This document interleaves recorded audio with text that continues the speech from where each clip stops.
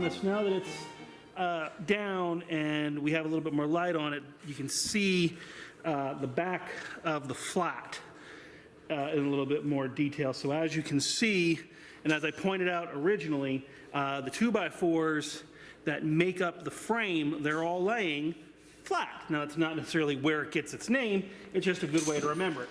With a flat, the 2x4s lay flat, all right? You'll notice also that all of ours have these hinges. Once again, hinges everywhere on my sets. I should sit down. Hinges everywhere on my sets. They have these hinges at the corner to brace two pieces apart.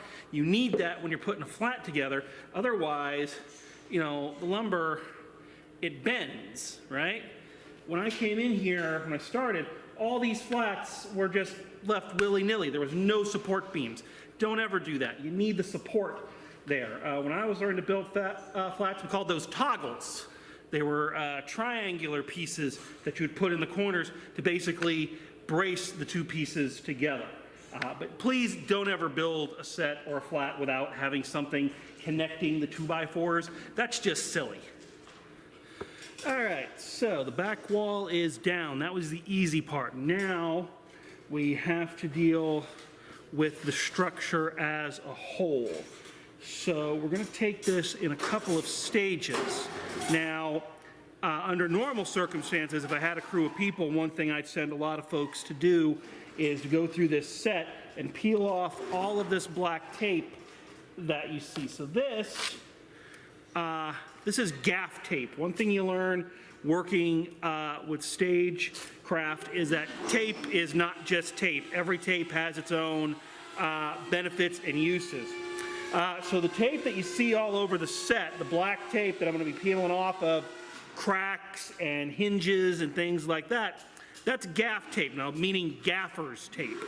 The original purpose of gaffer's tape, let me enunciate it correctly, is actually to secure electrical wiring to walls. It's not electrical tape.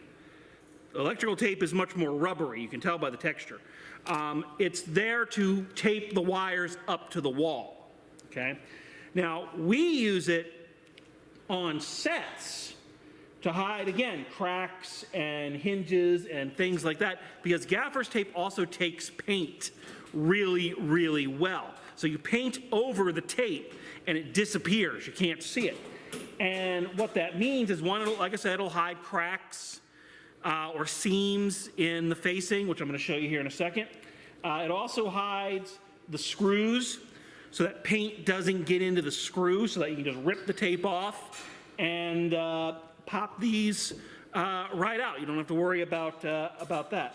Now again, if I had a crew, I'd be sending them around to take the gaff tape off because there's a lot of it, but since it's just me, I'm going to kind of do it as I go. So there's a lot on this set to be taken care of. So let me turn this off. I'm going to grab my screw gun and we will be right back. Okay, so we're actually going to start working on taking the set itself down now. Again, I'm a one-man crew today, so I'm going to try to start with the easy parts and work my way up to the more complicated. So I'm here at the stage left section. Kind of going off what I said before, so I'm going to take this gaff tape off, which is already peeling. Wonderful, so that makes it easier. Great thing about gaff tape and spike tape, we'll talk about spike tape here in a second when we get towards the end. One thing I like to do for fun is, as I'm striking the set, all the gaff tape I peel off, I make into a little gaff tape ball. It's very fun. Anywho, so the first thing I'm going to do is we're going to take this off. So this is just a simple, there we go, piece of Luan that we've cut and screwed to the front of this set in order to hide the underpinnings, the legs and whatnot. We call this facing, all right? And you can pretty much guess why that is. It's the part that's facing the audience. So it's to hide the legs and all of that. And again, had we gotten the chance to paint, we would have painted over that. It would have hopefully looked like one solid piece going across the entire area. So facing.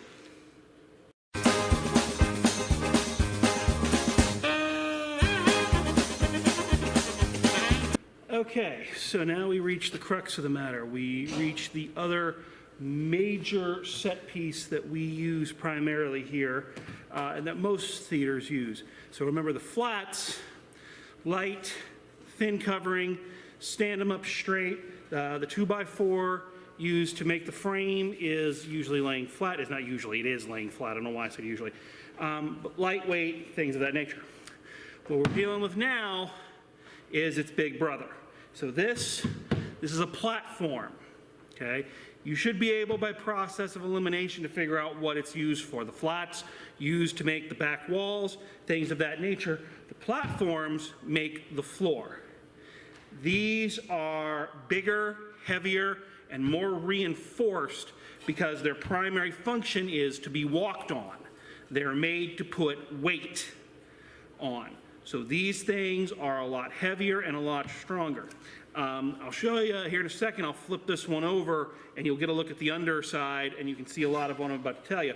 One thing, for instance, the 2x4 used to make the frame, as opposed to laying flat, it's up on its side. Again, to give it that reinforced edge there. Let me see if I can get you real close to the platform here. So sorry if I go all Blair Witch Project on you here for a second. So let's get right down there. You can see, so right here, from right there, put the screw in, to right there, that is the piece of lumber that's used as the cover. Right, that's the face of the platform. And you can see how thick that is. All right, so everything about this structure is created, pardon me again, sorry to get all Blair Witch Project there. Everything about this structure is designed to reinforce it, to make it stronger. Again, as I flip this over, you'll see here in a second, along with the basic frame, running along the underside, the undercarriage of the platform, you're going to see several bracing pieces. Let me move that in more into frame so you can see it. There it is. There it is. So now you can actually see it. You're going to find several bracing pieces just like this running along the belly of it, again offering it more reinforcement. All of this is so you can get up and walk on it. So these things, we have quite a few of them. We got some smaller ones around the other side. We'll see as we get there. But these are the primary things that we use to make the actual set structure. Okay, so as promised, here is the underside of the platform. And as I mentioned, you can see the various rows of 2x4s that have been placed along the undercarriage, running along the edge there to reinforce this, to make this easier to walk on. Okay, so as we look along the bottom of this upside down flat, like a turtle on its back, what you're going to see are a lot of these, sticking up out of it. You don't need me to give you the vocabulary. Those clearly are the legs. They're the things that we put on it to raise it up and down, make it as tall as we need it to, or we just leave it at ground level, whatever the show calls for, whatever the set calls for. What I do want to draw your attention to is the way these legs are constructed. So notice they're made up of two pieces of 2x4, a longer piece running this way and a shorter chunk, okay?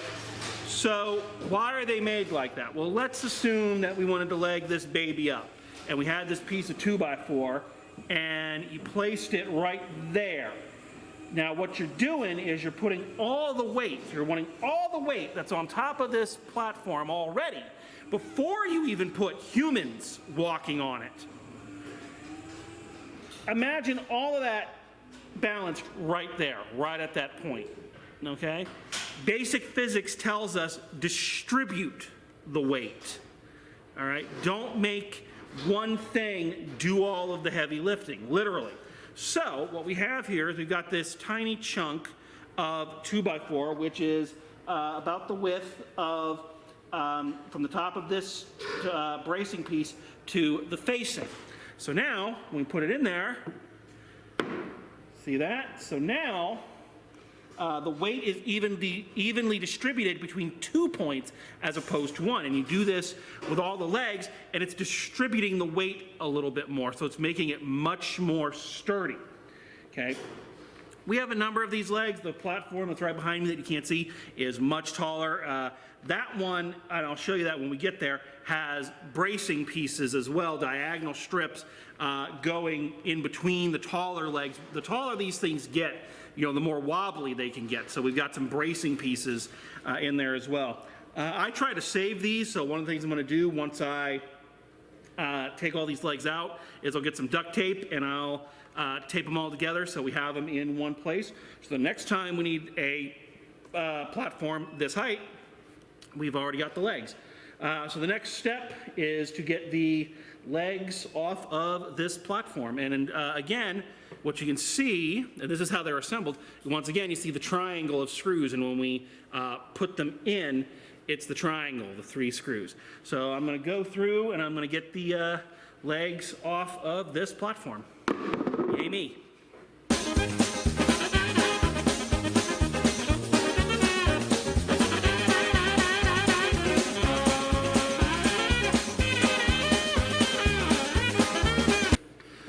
All right, quick battery change, and we're going to tackle this stuff on the stage right side.